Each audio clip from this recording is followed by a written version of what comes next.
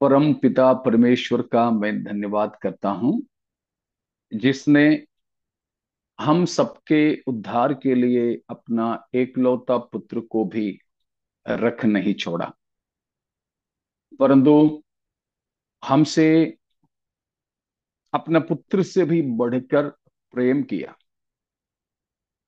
और अपना प्रिय पुत्र मसीह यीशु की क्रूस के लहू के द्वारा हम सबको पापों से उद्धार दिया। आप सभी प्रभु के प्रियजनों को, परमेश्वर के दास दासियों को, छोटे बड़े उम्र में सभी प्रियजनों को जय मसीह की मैं पेश करता हूं। प्रभु की उपस्थिति में आज भी हम परमेश्वर के वचन पढ़ने के हेतु एकत्रित हुए हैं।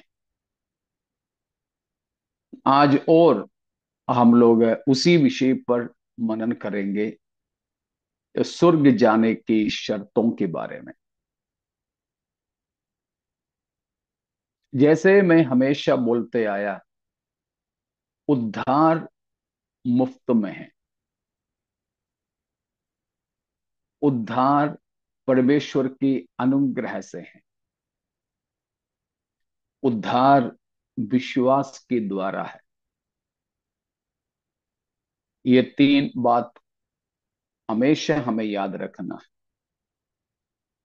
उद्धार के लिए हमें कोई मेहनत नहीं करना है। नहीं करना मतलब हम कुछ कर नहीं सकते हैं, बात वो है। हमारे किसी भी कोशिशों के द्वारा हमें उद्धार प्राप्त नहीं कर सकते। इसीलिए परमेश्वर ने वह दान स्वरूप हमें दिया, सेत मित में। वो परमेश्वर की अनुग्रह के द्वारा है और हमारे विश्वास के द्वारा है।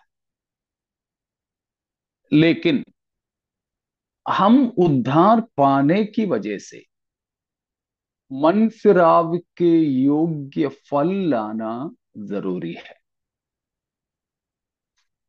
हम उन्हीं बातों को स्वर्ग जाने की शर्तों के तौर पर मनन कर रहे हैं।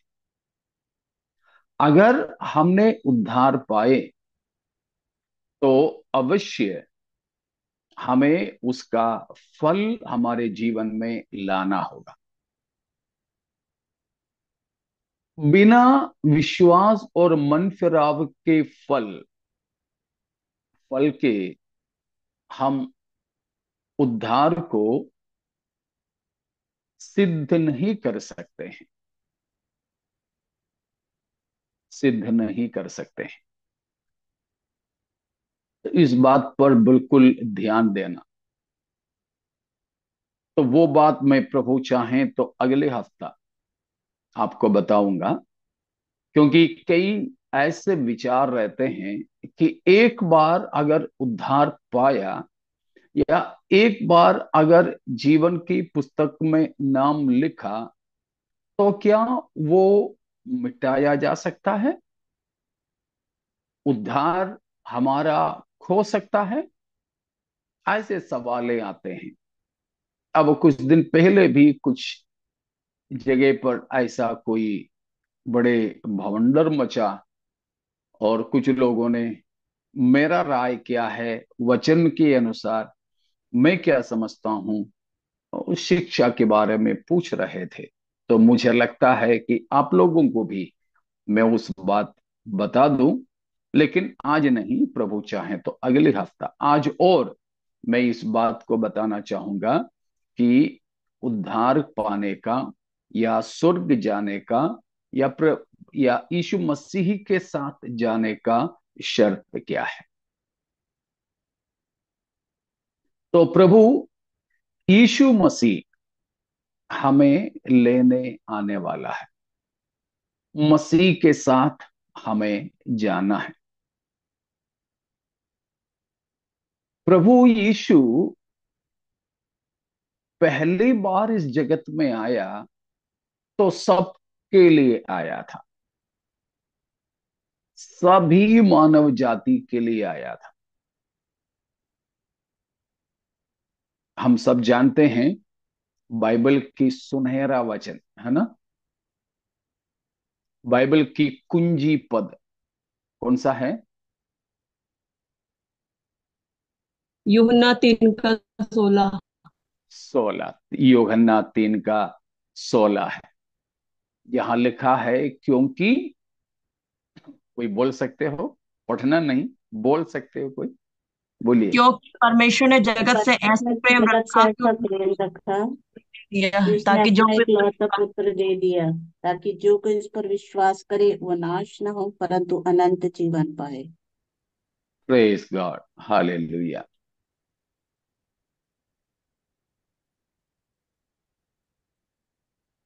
परमेश्वर ने जगत से ऐसे प्रेम रखा, वो जगत में सभी मानव समुदाय आता है,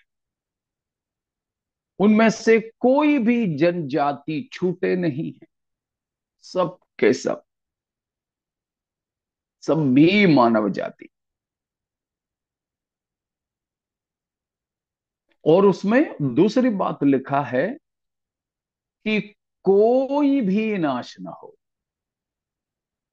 एक भी जन को उसमें छोड़ा नहीं है। Praise God.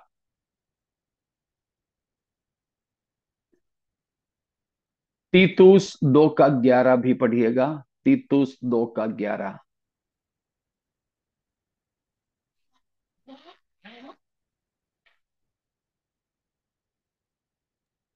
क्योंकि परमेश्वर का वह अनुग्रह क्योंकि प्रकट है। परमेश्वर का वो अनुग्रह प्रकट है। बेटा, हाँ ठीक है, पढ़ लो। किरण ने पहले पढ़ना शुरू किए थे, पढ़ लो अभी।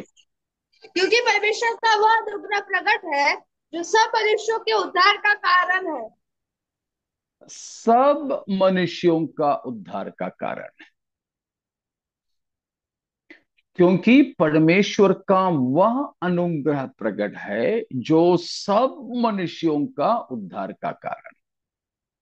तो कहने का मतलब, प्रभु यीशु मसीह पहली बार जगत में मनुष्य बनकर जो आया था, वह सबके लिए था, सब मनुष्यों के उद्धार के लिए था।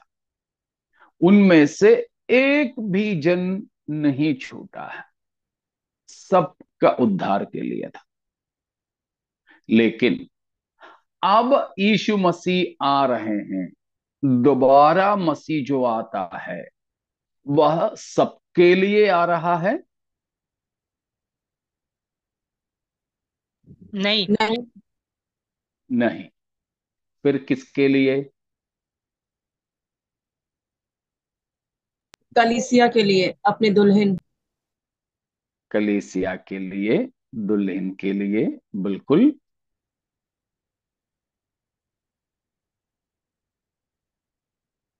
उसमें एक मुख्य वचन है, इब्रानियों 9 का 28। इब्रानियों 9:28। वैसे ही मसीह भी बहुतों के पापों को उठा लेने के लिए एक बार बलिदान हुआ, और जो लोग उसकी बाट जोते हैं उनके उद्धार के लिए दूसरी बार बिना पाप उठाए हुए दिखाई देगा। पहले मसीह किस लिए आया था? पापियों के पाप लिए। को उठाने के लिए। बहुतों के पापों को उठा ले जाने के लिए। उठा ले गया?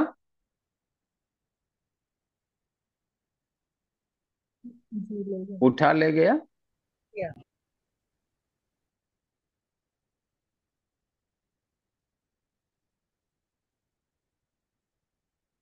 पहला पतरस 2 का 24, उसके बाद हम वापस आएंगे इब्रानियों में। इब्रानियों 9 का 28 में हमने देखा कि यीशु मसीह एक बार जगत में दिखाई दिया, यानी पृथ्वी पर आया, इसलिए कि वो बहुतों के पापों को उठा ले जाएं। उठा ले गया था, देखेंगे पहला पत्रस 2:24।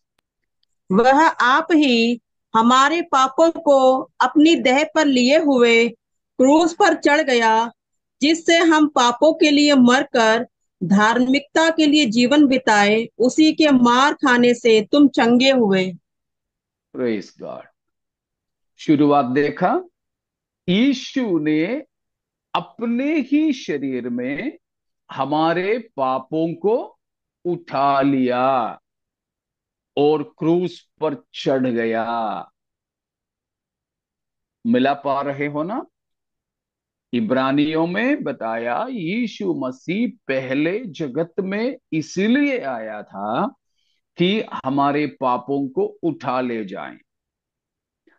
पतरस उसके लिए जवाब देता है कि हाँ, यीशु मसीह संसार में आया, हमारे पापों को अपना देह में लिया हुआ क्रूस पर चढ़ गया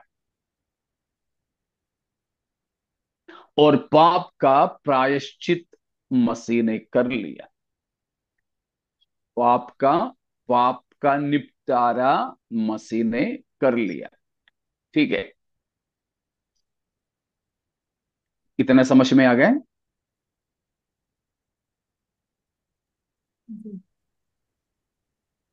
ठीक है, तो अब वापस जाते हैं इब्रानियों 9:28 में। दूसरा हिस्से में प्रेरित वहां बताता है यीशु मसीह अब दूसरी बार आने वाला है। यीशु मसीह अब दोबारा या दूसरी बार आने वाला है, लेकिन किस लिए नहीं आ रहा है? आप लोग भी मेरे साथ में चलिए। मसीह अब दूसरी बार किस लिए नहीं आ रहा है? पापों को उठाने नहीं आ पाप हाँ, पापियों को उठाने पापों नहीं आ को, रहा है। उठाने के लिए नहीं। पापियों को नहीं, पापों पाप को उठा ले जाने के लिए नहीं आ नहीं आ रहा है। फिर किस लिए आ रहा है? जो उसकी बाट जोते उनको लेने के लिए। हाँ, वहां लिखा है जो मसीह के बाट जोते हैं उनको लेने आ रहा है। तो कहने का मतलब, प्रभु यीशु मसीह पहले जो आया था वो सबके लिए था, लेकिन अब जो आ रहा है सबके लिए नहीं आ रहा है, केवल उन्हीं के लिए है जो की बाट पापों जो से मन फिरा कर मसीह की बाट जोते हैं। इसीलिए हम इस बात को सीख रहे हैं कि प्रभु यीशु मसीह के साथ जाना है तो कुछ शर्तें हैं। कितने बातों को हम देखे थे, आपको याद होंगे? 36। 36। ठीक है, 36 बातों को हमने देखा। प्रभु यीशु के साथ जाने के लिए हमको वो सारी शर्तें हैं। ये सब शर्तें बोलने से भी ये रहेगा कि स्वर्ग राज्य में प्रभु यीशु के साथ जाने वालों के जीवन शैली ऐसा होगा। अगर अपने जीवन की शैली ऐसा नहीं है जो हमने 36 बातों को देखे, तो हम मसीह के हैं ही नहीं, मसीह के तो हो ही नहीं सकते। जो मसीह के नहीं हैं उनको मसीह लेके भी नहीं जाएंगे। 35वां और 36वां बातें क्या क्या थे? 35वां एक जन बोले, 36वां दूसरा कोई बोले। 35वां शब्द क्या था? जीवन की पुस्तक जीवन की पुस्तक में हमारा नाम होना चाहिए।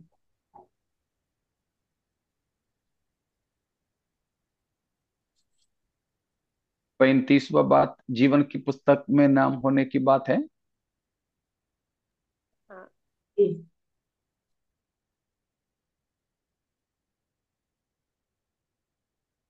जीवन की पुस्तक में नाम है क्या नहीं।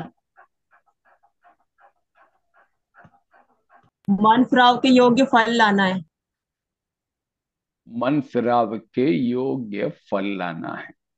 और 36वीं बात, परमेश्वर से प्रेम रखना करना। स्वर्ग में केवल वे ही जा सकेंगे जो परमेश्वर से प्रेम रखते हैं, क्योंकि वहां हमने देखा और कोई भी प्रकार के भावना नहीं, बस प्रेम, प्रेम करना, प्रेम करना, परमेश्वर से प्रेम। इस जगत में रहकर ही कर ले, मसीह हमारे प्रथम प्रेम हो, हमारा पहला, गीत गाते हैं ना, वो हम मेरा पहला पहला प्यार है करके गाना गाते हैं ना। अर्थ समझकर, मतलब समझ करके गाते हो कि नहीं? सच्चाई से गाते हैं कि नहीं? यीशु हमारे पहला पहला प्यार है। हमारे प्यार करने वालों की तालिका में सबसे ऊपर मसीह का नाम होगा, सबसे पहला नाम मसीह का होगा। यूं ही लिखने से बोलने से नहीं, वास्तव में मसीह से हम सबसे ज्यादा प्रेम करते हो।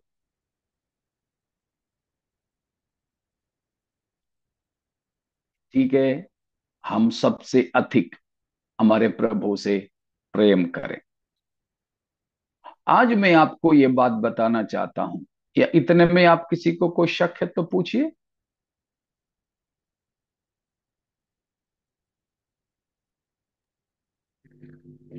पास्टर, वो पापों के बारे में आप बोल रहे थे ना। किसकी? पाप पाप लेके बोल रहे थे ना वचन। यीशु मसीह पहली बार पापों के लिए मारा गया, पहली बार जब जगत हम्म में आया यीशु। तो वो हम्म। भूत, वर्तमान और भविष्य, पास्ट, प्रेजेंट और फ्यूचर का वो थोड़ा समझाएंगे प्लीज। पापों के लिए यीशु मसीह भूतकाल, वर्तमान का और भविष्य का, ऐसा करके कुछ एक है वचन।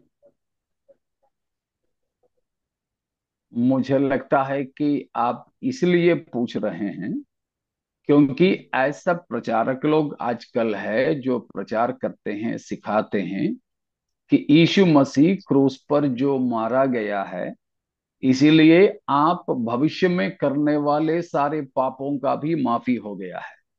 हाँ हाँ इसीलिए पूछ रहे हो ना?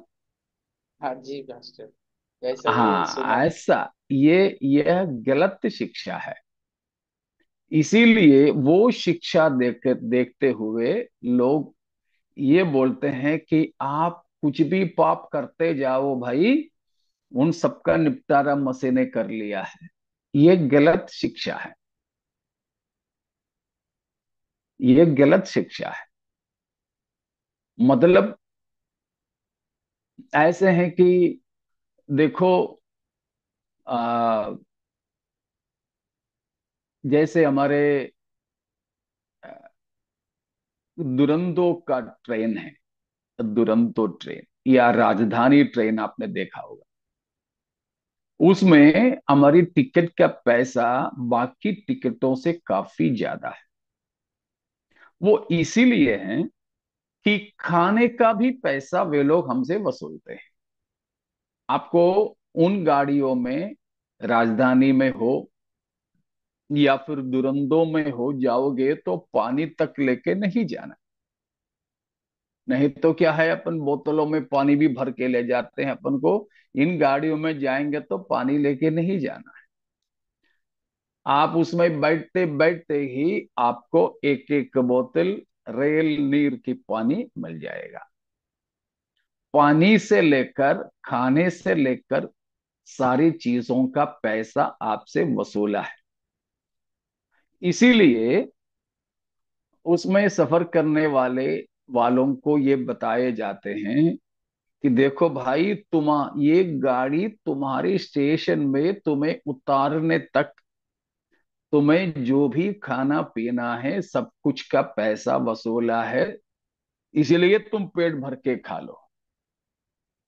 एक बोतल पानी दे दिया, खत्म हो गया तो दोबारा आप ले सकते हो।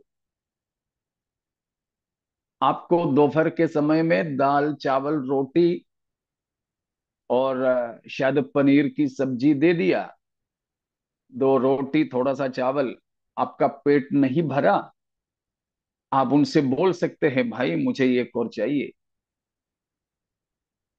क्योंकि आपका खाने का, उतरने तक खाने का सारा पैसा पहले ही जमा कर चुका है। इसलिए आप खाते जाओ, दोबारा पैसा नहीं भरना।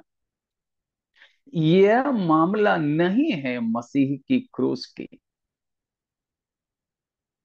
मैंने उद्धार पाया तो तब तक का मेरा पाप क्षमा हो गया। ये गलत शिक्षक लोग लोगों को ऐसे धोखा देते हैं कि भाई तुम्हारा अभी तक का नहीं, मरने तक तुम जो भी पाप कर लोगे पहले ही वो क्षमा हो चुका है। इसीलिए सुनने वाले क्या करते हैं, अरे मेरा तो पाप क्षमा हुआ है, अब जो भी कर लूं कुछ भी मेरा ऊपर कोई असर नहीं करेगा, सब माफ हो गया है, करते जाओ भाई पाप। यह गलत है। यीशु मसीह सारे मनुष्यों के पापों को उठा ले गया। मतलब जो लोग पहले जीवित थे उनके भी पाप मसीह ने उठा लिया, जो लोग वर्तमान में जीवित है उनका भी पाप मसीह ने उठाया, और अभी पैदा होने वाले हैं उनका भी पापों को मसीह ने उठाया। जो लोग अब तक यीशु मसीह पर विश्वास किए हैं उनके भी पापों को उठाया, और भविष्य में मसीह पर विश्वास करने वाले हैं उनके भी पापों को मसीह ने अपने शरीर में उठा ले गया। लेकिन स्वर्ग राज्य जाने की शर्तों के बारे में हम यह इसीलिए सीख रहे हैं, जो मसीह में एक बार विश्वास करके पापों की क्षमा पाए हैं, उद्धार पाए हैं, वे दोबारा पापों में जीवन नहीं बिताएंगे, वे दोबारा पापों में जा ही नहीं सकते हैं। ऐसे जाएंगे तो उनका उद्धार का अनुभव नष्ट हो जाएगा, ऐसों का नाम जीवन की पुस्तक से मिटाया जाएगा, जिसके बारे में विवरण मैं अगले हफ्ता दूंगा करके मैं शुरुआत में बताया था। इसीलिए कोई भी धोखे में ना रहें कि झूठे प्रचारक और भविष्यद्वक्ता लोग हमको वचन की गलत व्याख्या देकर धोखे में ना रखें कि हमारे भविष्यकालीन, हम अपने जीवन में भविष्य में करने वाले पापों को भी यीशु मसीह ने मिटा दिया है, क्षमा किया है, इसीलिए हम कुछ भी पाप करो तो कोई असर नहीं करेगा। यह बड़े जहरीला गलत शिक्षा है, कोई धोखे में ना रहे। ठीक है।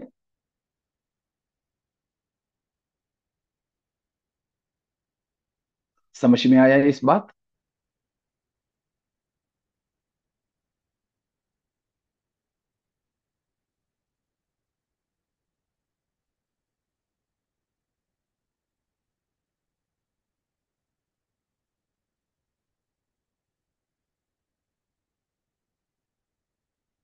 मसीह सब मनुष्यों के पापों को उठा ले गया। उसमें भूतकालीन पाप, वर्तमान कालीन पाप, भविष्यकालीन पाप करके पाप का त्रिकाल अनुभव नहीं है। ये शैतान की शिक्षा है। धोखे में ना रहे।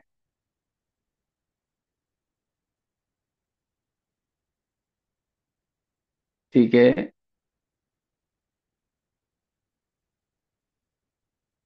और कुछ शक है?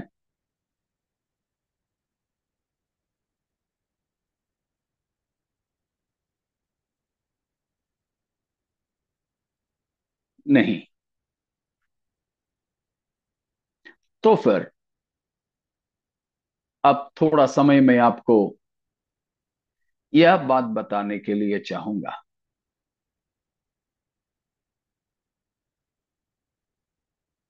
बाइबल में, खासतौर पर नया नियम में, कौन कौन स्वर्ग के राज्य की वारिस नहीं हो सकता है बताया। उन बातों को हम देखेंगे, उन वचनों को हम देखेंगे। सारे वचन नहीं, कुछ मुख्य मुख्य वचनों को, बाकी मैं आपके लिए गृहपाठ में छोड़ दूंगा। जो भाग जहां बाइबल सख्तता से बताते हैं कि कौन कौन, किस किस तरह के लोग परमेश्वर के राज्य के वारिस नहीं हो सकते हैं,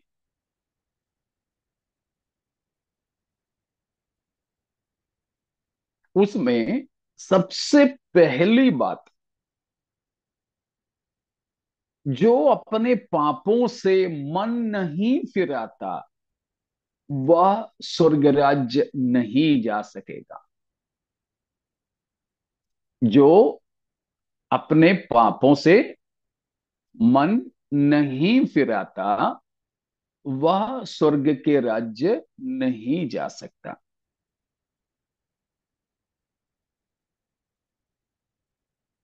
इसलिए था हमने स्वर्ग राज्य जाने की शर्तों में सबसे पहले बातों में एक देखे थे कि मन फिराना। लूका 13 का 3 को पढ़िए। लूका 13 का 3। मैं तुमसे कहता हूँ कि नहीं, परंतु यदि तुम मन न फिराओगे तो तुम सब भी इसी रीति से नष्ट होंगे। 5वां पद भी, 5।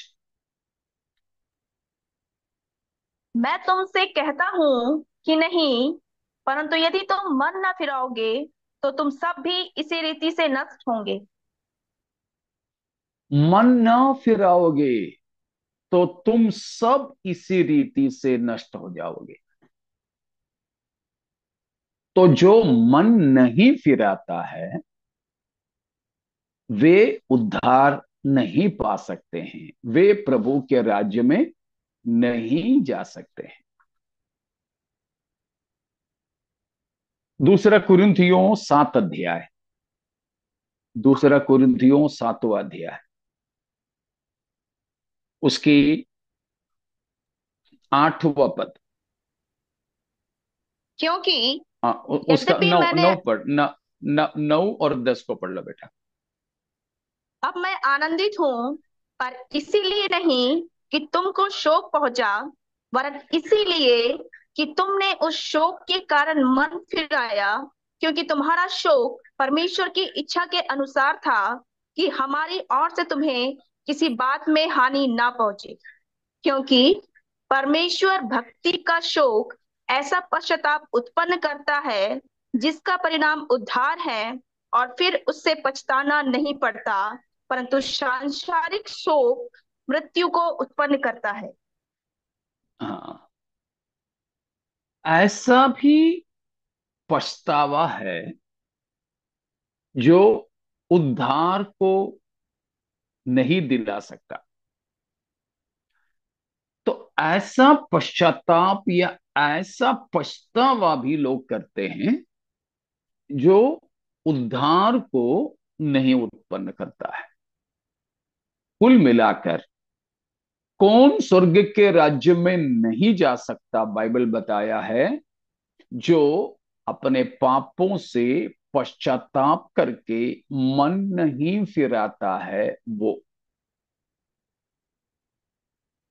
अब चर्च जाने वाले बहुत हैं, बाइबल पढ़ने वाले बहुत हैं, गीत गाने वाले हैं, बपतिस्मा लेने वाले हैं, लेकिन बहुत ही कम लोग हैं जो सच में मन फिराते हैं। सही में मन फिराने वाले बहुत कम रहते हैं। जो मन नहीं फिराते हैं वे स्वर्ग के राज्य में नहीं जा सकते हैं। तो इसलिए बाइबल यह बताते हैं कि स्वर्ग के राज्य में प्रभु यीशु की आगमन में नहीं जा सकते हैं ऐसा कौन है? पहला, मन न फिराने वाले। अब दूसरी बात, हम चलेंगे प्रकाशित वाक्य 21 का 8वां पद। प्रकाशित वाक्य 21 का 8। क्योंकि सॉरी परंतु डरपोकों और अविश्वासियों और घिनौनों और हत्यारों और व्यभिचारियों और टोनहों और मूर्ति पूजकों और सब झूठों का भाग उस झील में मिलेगा जो आग और गंधक से जलती रहती है। यह दूसरी मृत्यु है। जो स्वर्ग नहीं जा सकते हैं ऐसे 8 प्रकार के लोगों के बारे में बताया है। पहले हमने देखा जो मन नहीं फिराते वे स्वर्ग नहीं जा सकेंगे। दूसरा, यहां प्रकाशित वाक्य 21 की 8 में बताया है 8 प्रकार के पाप या पापियों के बारे में। पहला है अविश्वासी, है ना? कौन है अविश्वासी? यीशु मसीह पर विश्वास न करने वाले। हमने अभी किसी भाई ने जो पूछा उसके जवाब में देखा कि यीशु मसीह ने सबके पापों को उठा ले गया, सबके पापों को। लेकिन सबके पाप उठा ले गया करके सबको उद्धार नहीं मिलेगा। उद्धार मिलने के लिए एक एक व्यक्ति को व्यक्तिगत तौर पर यीशु मसीह पे विश्वास करना होगा। जो लोग यीशु पर विश्वास नहीं करते हैं उनका नाम है अविश्वासी। अविश्वासी प्रभु यीशु के साथ स्वर्ग जा पाएंगे? बिल्कुल नहीं। बिल्कुल नहीं। तो हर एक को यीशु पर विश्वास करना होगा। यीशु पर क्या विश्वास करना है? आपको याद होंगे शायद,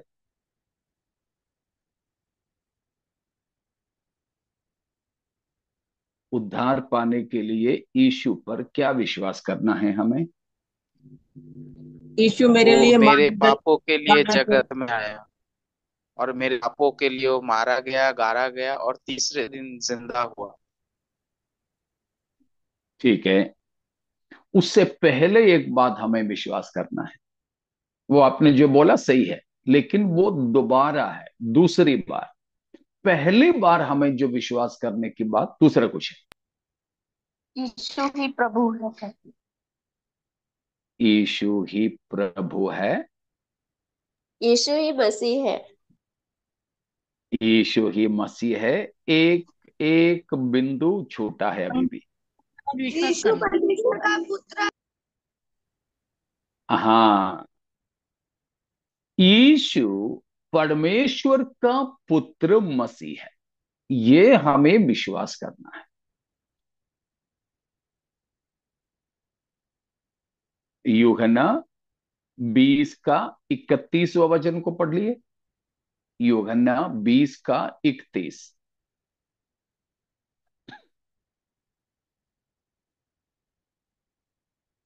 परंतु ये इसलिए लिखे गए हैं कि तुम विश्वास करो यीशु ही परमेश्वर का पुत्र मसीह है और विश्वास करके उसके नाम से जीवन पाओ।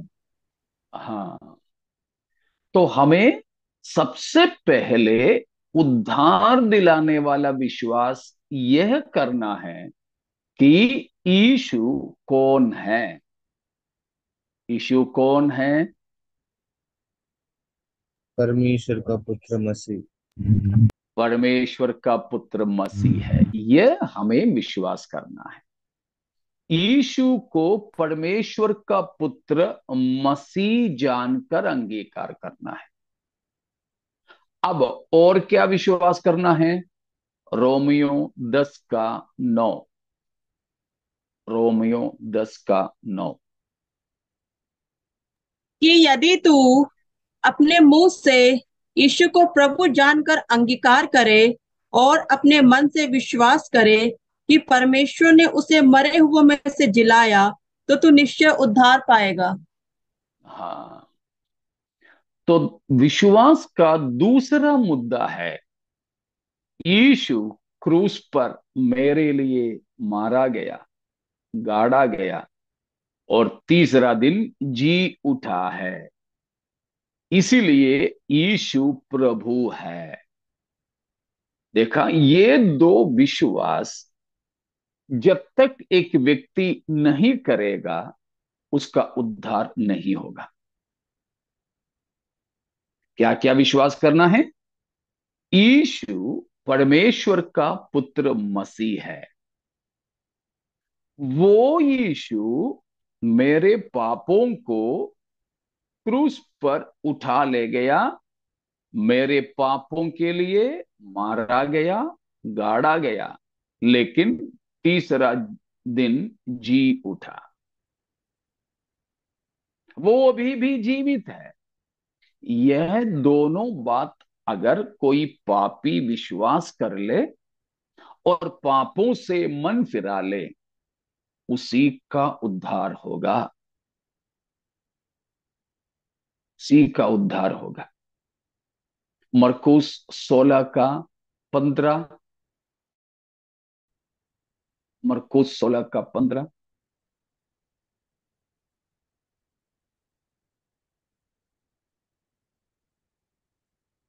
और उसने उनसे कहा, तुम सारे जगत में जाकर सारी सृष्टि के लोगों को सुसमाचार प्रचार करो। जो विश्वास करे और बपतिस्मा ले, उसी का उद्धार होगा, परंतु जो विश्वास ना करेगा, वह दोषी ठहराया जाएगा। हाँ, जो विश्वास करें और बपतिस्मा लेगा, उसी का उद्धार होगा। जो विश्वास नहीं करेगा, वो दोषी ठहराया जाएगा। तो प्यारो, अविश्वासी लोग परमेश्वर के राज्य में नहीं जा सकते। कौन है अविश्वासी? जो यीशु पर विश्वास नहीं करता है। क्या विश्वास नहीं करता है? यीशु परमेश्वर का पुत्र मसीह है, वो मेरे पापों के लिए मारा गया, गाड़ा गया, जी उठा। विश्वास नहीं करता हो, वह उद्धार नहीं पा सकता है, चाहे वो कितना भी अच्छा मनुष्य हो, बहुत ही भला व्यक्ति हो, दान धर्म करने वाला हो, किसी को कोई नुकसान न पहुंचाता हो। एक व्यक्ति चाहे कितना भी अच्छा इंसान है, तो भी उद्धार नहीं पा सकता जब तक यीशु पर विश्वास ना करे। आज भी हमें सुनने वालों में से कोई भी यीशु पर इस तरह विश्वास नहीं करता हो, आपसे अनुरोध है कि आप ईसाई बनने के लिए नहीं, धर्मांतरण करने के लिए नहीं, या फिर और कोई लाभ के लिए नहीं, स्कूल की एडमिशन के लिए, नौकरी के लिए, शादी होने के लिए, पैसा मिलने के लिए, इन किसी बात के लिए नहीं, परंतु उद्धार पाने के लिए, स्वर्ग जाने के लिए, नरक से बचने के लिए आप यीशु पर विश्वास करें, क्योंकि यीशु ही सारे मनुष्यों के पापों को उठा ले गया था। ठीक है, आप लोगों को समझ में आ रहा है इन बातें? Yes pastor, yes. Yes pastor ji. ठीक है, ठीक है। वापस चलेंगे प्रकाशित वाक्य 21 की 8 में 8 प्रकार के लोग स्वर्ग नहीं जा सकते हैं। वहां जो बताया उसमें हमने देखा कि जो अविश्वासी है वे स्वर्ग नहीं जा सकते। फिर बताया है घिनौने। कौन है घिनौने? घिनौने काम करने वाले लोग हैं घिनौने, गंदे काम करने वाले।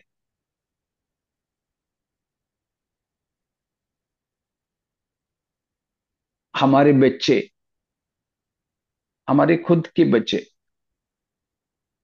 मैं भी 2 लड़के बच्चों के बाप हूं।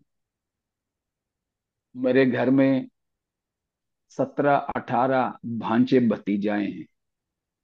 वे भी सब मेरे सामने पैदा हुए, पले बढ़े। अब उनमें से भी मेरे भांजे भतीजों के भी किसी किसी के बच्चे हैं। तो इन सभी बच्चों को मेरे सामने मैंने पले बढ़े देखा। और कलीसिया में भी हमारे बच्चे हैं, उनको भी मैंने देखा। तो उस अनुभव से बता रहा हूं कि हमारे बच्चे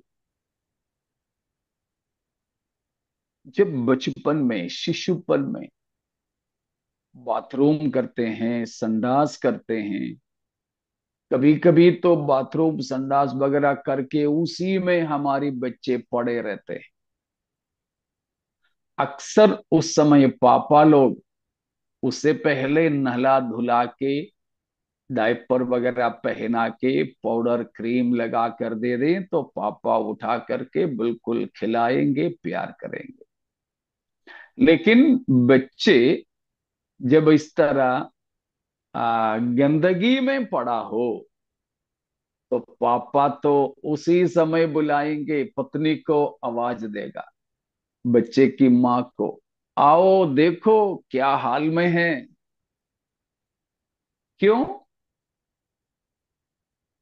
नहीं उस समय पापा, नहीं तो उस समय शायद कोई मेहमान आए तो वो इस बच्चे को उठा नहीं सकते,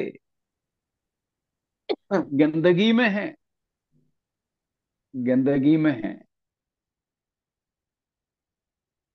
तो कुछ कुछ माँ लोग उस समय बोलती भी, अच्छा ऐसा है तो फिर मम्मी चाहिए ना। चाहे माँ उस समय खाना भी खा रही हो तो खाना आधे में छोड़कर दौड़ कर आनी पड़ती है।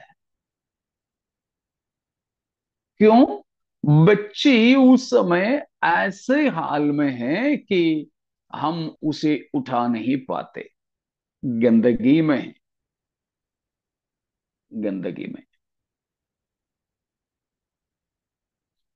तो हमारे खुद की बच्चे जब इस स्थिति में हैं तो हम उसको नहीं उठा पाते। कुछ लोग तो उस तरफ मत देखेंगे भी नहीं, मुंह मोड़ लेते हैं करके। ये हाल है, घिनौनी स्थिति। हाँ, लेकिन माँ तो ले जाकर उसको नहला धुला करके सुंदर बनाकर फिर ला देते हैं। उसी को, उसी अवस्था को जरा आत्मिकता में सोचे कि पापों में, घिनौने कामों में लिपटे हुए रहने वाले लोग, गंदे कामों में रहने वाले लोग, जिसकी चर्चा तक शर्म दिलाने वाली बात है। आप मेरे साथ आ रहे हो? घिनौने लोग। देखिए इफिसियों की पत्री में हम इससे पहले एक बार पढ़ चुके हैं, लेकिन एक और बार पढ़ेंगे। 5 अध्याय, उसका 11वां और 12वां पद को पढ़ेंगे। अंधकार के निष्फल कामों में सहभागी ना हो, हाँ, वरन उन पर उल्हाना दो क्योंकि उनके गुप्त कामों की चर्चा भी लज्जा की बात है। जिनकी गुप्त बातों की चर्चा भी लज्जा दिलाने वाली बात होती है, ऐसे काम करने वालों का नाम है घिनौने, जो स्वर्ग के राज्य में नहीं जा सकेंगे। परमेश्वर के राज्य में न जा सकने वालों के तालिका में हमने अभी तीसरी नाम को देखा है, घिनौने। कौन है घिनौने? घिनौने काम करने वाले, अर्थात जिनकी गुप्त बातों की भी चर्चा बड़ी लज्जा की होती है, शर्मिंदा करने वाले जैसा जिंदगी बिताने वाले, गुप्त पापों में लिपटे रहने वाले, गंदे कामों में फंसे रहने वाले।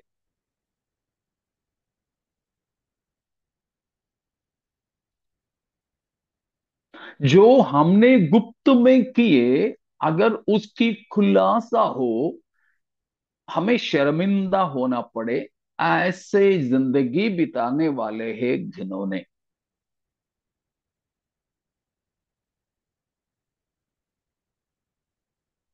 ऐसे वाले लोग प्रभु के राज्य में नहीं जा सकेंगे, चाहे वो मंच पर कितने भी अच्छा प्रचार करता हो, कितना भी अच्छा प्रार्थना करता हो, लेकिन अपने जीवन में, अपने गुप्त जीवन में भी गंदे काम करते हो, गंदी बातें रखते हो,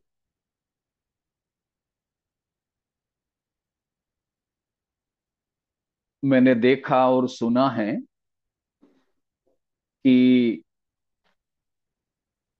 गांवों में कुछ लोग ये मुर्गी की अंडे चूजों को निकालने के लिए मुर्गी के नीचे रखते हैं। 21 दिन उस पर मुर्गी बैठकर अंडों को गरम देने के बाद 18वां दिन से लेकर 21 दिन तक उसके अंदर से चूजे निकलते हैं। लेकिन कुछ ऐसे अंडे हैं, 21 दिन नहीं, 30 दिन भी रखो तो भी उसके अंदर से चूजे नहीं निकलते, क्योंकि उस अंडे के अंदर जान नहीं है। कभी कभी कुछ बुजुर्ग लोग ये जो अंडे रखते हैं, वे इस अंडा अंदर से फूट नहीं निकला करके उसको हल्के से तोड़ देते हैं। बाप रे बाप रे, उस पूरा इलाका इतना गंदा बदबू से भरा होता है। अगर उस अंडे की अंदर की चीजें किसी के शरीर में भी पड़े तो नहा लो तो भी उसकी बदबू नहीं जाता। उतना बदबूदार जीवन है कई सारे लोगों के, लेकिन वो अंडा जब तक उसकी छिलका नहीं टूटा ना, उसकी सारी बदबू अंदर ही अंदर थी।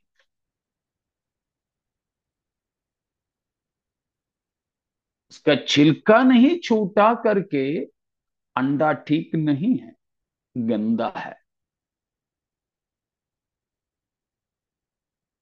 तो कई सारे ऐसे लोग हैं जिनकी गुप्त जीवन बहुत ही गंदगी से भरा है, कपटता से भरा है, घिनौने कामों से भरा है। अगर प्यारो हमारे किसी के भी जीवन में ऐसा कोई गंदा गुप्त, लज्जा की गुप्त जीवन है, आज ही अलविदा करें, उसको छोड़ दें, त्याग दें, मसीह यीशु के लहू से धोए जाने के लिए अपने आप को समर्पित करें। भले ही लोगों को किसी को पता नहीं हमारी गुप्त जीवन की गंदगी के बारे में, लेकिन परमेश्वर जानता है। और परमेश्वर न्याय के दिन में ये सब कुछ खुलासा करेगा। हमें लज्जित होना ना पड़े। तो गंदा काम करने वाले, ये जो घिनौने लोग परमेश्वर के राज्य में प्रवेश नहीं कर सकते। घिनौनों के बाद फिर कौन है?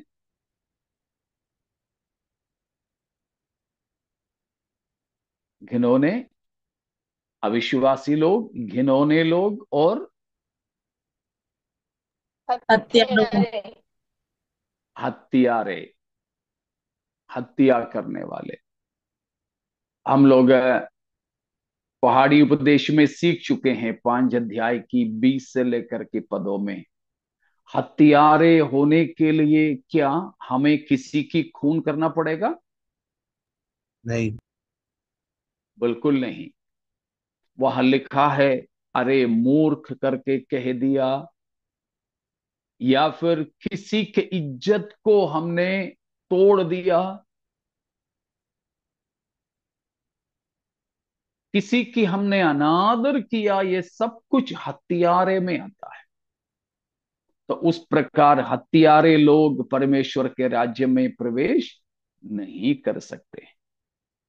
आजकल खुद के माँ बापों को जान से मारने वाले बच्चे, खुद की पति को जहर खिलाकर मारने वाले, सुपारी देकर मरवाने वाले पत्नियां, उल्टा खुद की पत्नियों को मारने मरवाने वाले पतियां, अपने ही बच्चों की हत्या करने वाले माता पिताएं,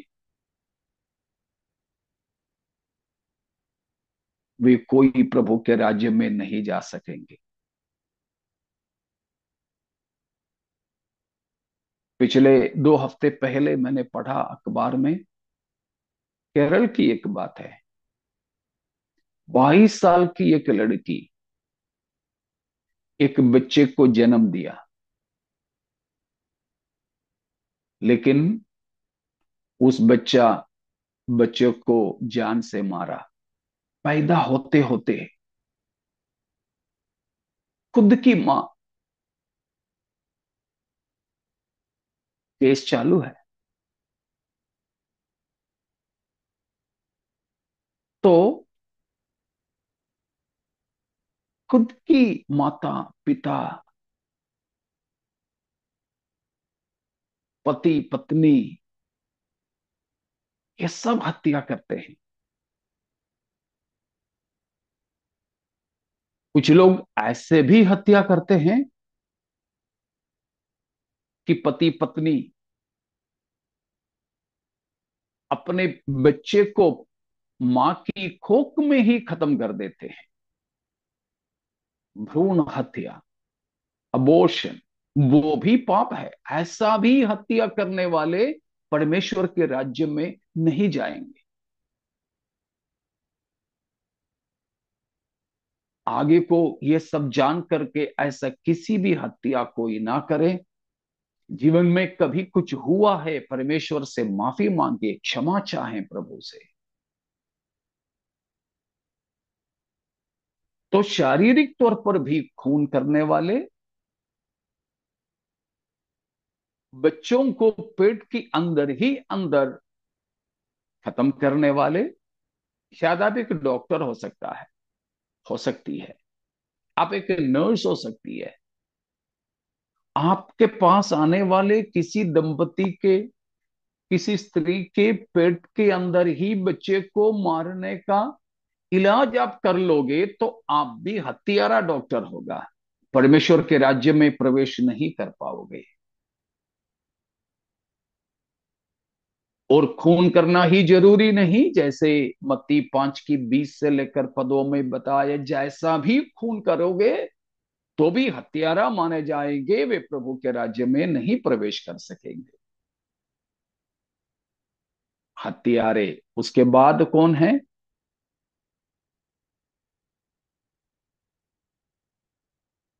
साथ लेके व्यभिचारी। चलिए। व्यभिचारी।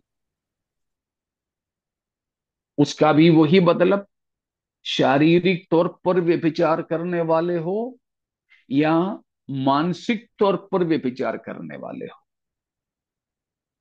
उसके बारे में भी प्रभु यीशु मसीह ने मत्ती 5 में 28 से लेकर वचनों में बताया। कोई शारीरिक तौर पर किसी के साथ अत्याचार या व्यभिचार करने की जरूरत नहीं है व्यभिचारी कहलाने के लिए। किसी पुरुष पर या किसी स्त्री पर कुदृष्टि डाले, गंदे नजर से देखें तो भी व्यभिचार होता है।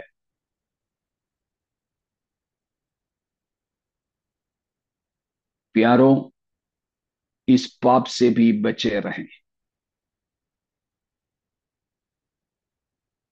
शायद बहुत सुंदर स्त्रियां, पुरुष, लड़के लड़कियां हमारी सामने आएंगे, टीवी में, इंटरनेट पे, यूट्यूब में वगैरह वगैरह, बहुत गंदे वीडियोस, फोटोज सब हमें मिलेगा।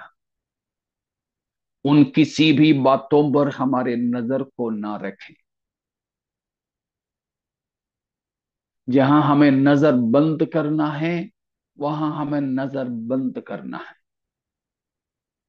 नजर को खोलकर किसी की भी नंगापन का, पाप की मजा नहीं लेना है।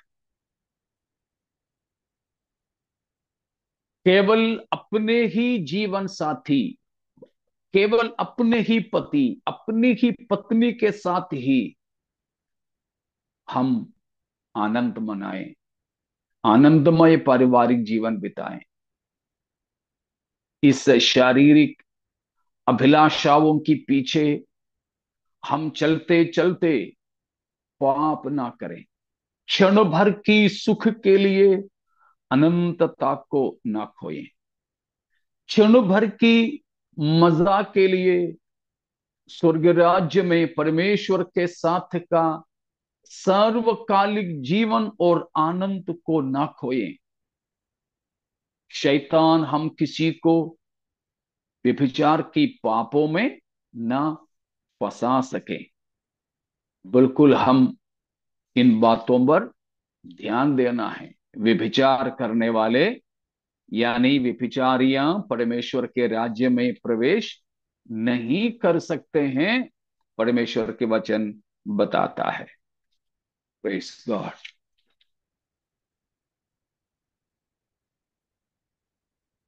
तो ये सब बातें प्रभु के वचन में बहुत से अलग अलग जगहों पर भी बताया है। तो इस तरह की पापों से भी हमें क्या करना है? भागना है, दौड़ना है। व्यभिचार से हमें दौड़ना है। तो व्यभिचारी लोग, यौन पाप में जीवन बिताने वाले लोग परमेश्वर के राज्य में नहीं जा सकेंगे।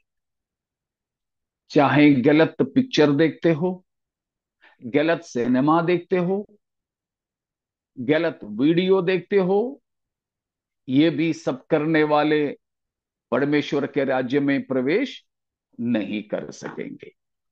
अगला कौन है व्यभिचारी के बाद? दोनों।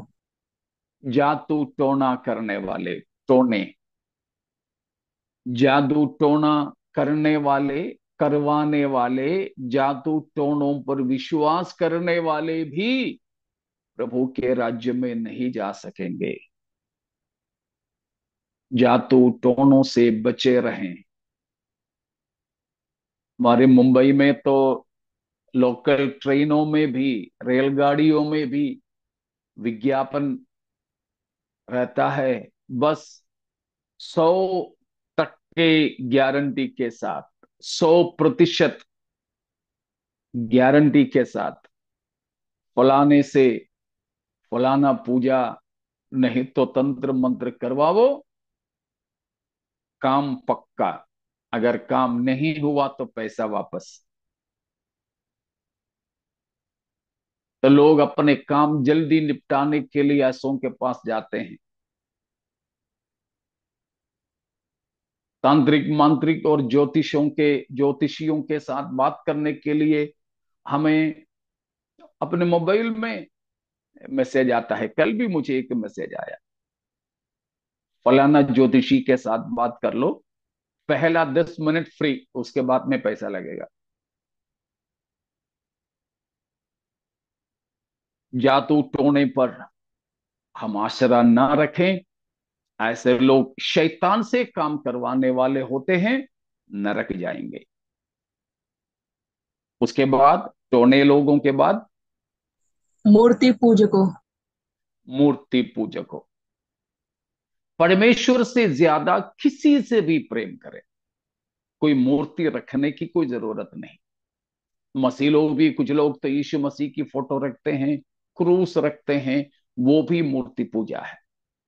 किसी भी तरह की मूर्ति पूजा होना नहीं चाहिए। इसलिए है हम जेवर पहनने के लिए भी मना करते हैं, क्योंकि कई सारे लोग हैं जेवर सोने का चांदी का जो भी पहनकर उसके नीचे एक क्रूस लटका देते हैं, वो भी मूर्ति पूजा है। कुछ लोग कान में कुछ पहनते हैं, उस पे भी क्रूस का निशान रखते हैं। कोई तो अंगूठियां पहनते हैं, उस पर भी क्रूस के निशान रखते हैं। मूर्ति पूजा है वो, तो नहीं चाहिए। मूर्ति पूजक लोग परमेश्वर के राज्य में प्रवेश नहीं कर सकते हैं। उसके बाद झूठे लोग। झूठे लोग। शायद अब तक जो बताए 7 चीजों से हम में से कई सारे लोग स्वतंत्र होंगे ना, लेकिन ये 8वां पाप, झूठे, झूठ बोलना, झूठ की गढ़ना, झूठ करना, ये सब होता है हमारे जीवन में। झूठ बोलने वाले भी परमेश्वर के राज्य में प्रवेश नहीं कर सकेंगे। प्यारों, बड़ा गंभीर है मामला। हम लोग बच्चों को बोलते हैं, बच्चे झूठ मत बोलना, लेकिन हम खुद ही झूठ बोलते हैं। हमारे बच्चे अगर किसी वजह से आज स्कूल नहीं जा पाए, अगला दिन में डायरी में लिख के देना पड़ता है। शायद लिख देते हैं कि बीमार थे, लेकिन मां सो गई थी, बच्चे को जगा नहीं पाए, तैयारी करके तैयार करके भेज नहीं पाए। लेकिन डायरी में तो नहीं लिख सकते हैं कि मैम, मम्मी सो गई थी इसीलिए कल स्कूल नहीं आए। उसके लिए झूठ बड़े आराम से, बीमार था। क्या बीमारी था? पेट की बीमारी, वो तो कोई माप भी तो नहीं सकते। पेट दर्द था, पेट की बीमारी थी, पेट खराब था। किसी भी प्रकार की झूठ न बोले। हम सच्चे हो। हमारे प्रभु सच्चा है। सच्चा है प्रभु, तू झूठा नहीं है, तो पवित्र पवित्र है।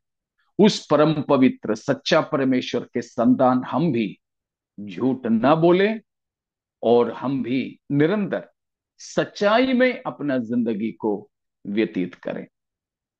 प्रभु के हाथों में अपने जीवनों को हम समर्पित करें। और भी कुछ बातें हैं, प्रभु की आगमन में देरी हो तो हम अगले हफ्ता उन बातों को सीखेंगे। तो प्यारों, हम ये देख रहे थे, 36 बातों को देखा कि प्रभु के राज्य में जाने की शर्तें। उसके बाद आज हमने 9 और बातों को ऐसे देखे जो लोग, किस प्रकार के लोग प्रभु के राज्य में नहीं जा सकेंगे। तो हम सावधान रहें। हमारी प्रथम उद्देश्य प्रभु के साथ में जाना है, यीशु के साथ अपने जीवन को व्यतीत करना है। हमारे प्रभु दोबारा आने वाला है। अब आता है पापों को उठा ले जाने के लिए नहीं, परंतु अपने बाट जो होने वाले पवित्र लोगों को अपने साथ ले जाने के लिए। तो यीशु मसीह की आगमन के लिए तैयार हो जाएं। इन वचनों के द्वारा परमेश्वर हम सबों को आशीषित करें।